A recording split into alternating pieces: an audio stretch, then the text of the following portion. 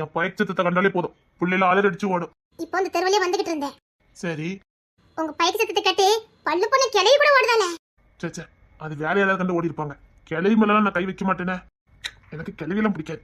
இல்ல நீ என்கிட்ட சிக்கல, அதான் உன்கிட்ட சிக்கிருக்க. நிஜமாவே கிளவி ஓடிச்சுது. இது வரைக்காவது ஒரு கிளவி கூட நான் தொட்டது கிடையாது. ஏன் அப்படி ஒரு கொள்கை? ஏன்னா எனக்கு பிடிக்காது. சத்தியமா நான் தான் உன்கிட்ட சிக்கிருக்கேன். ஒருவேளை கிளவி எல்லாம் பிடிச்சிருந்தா?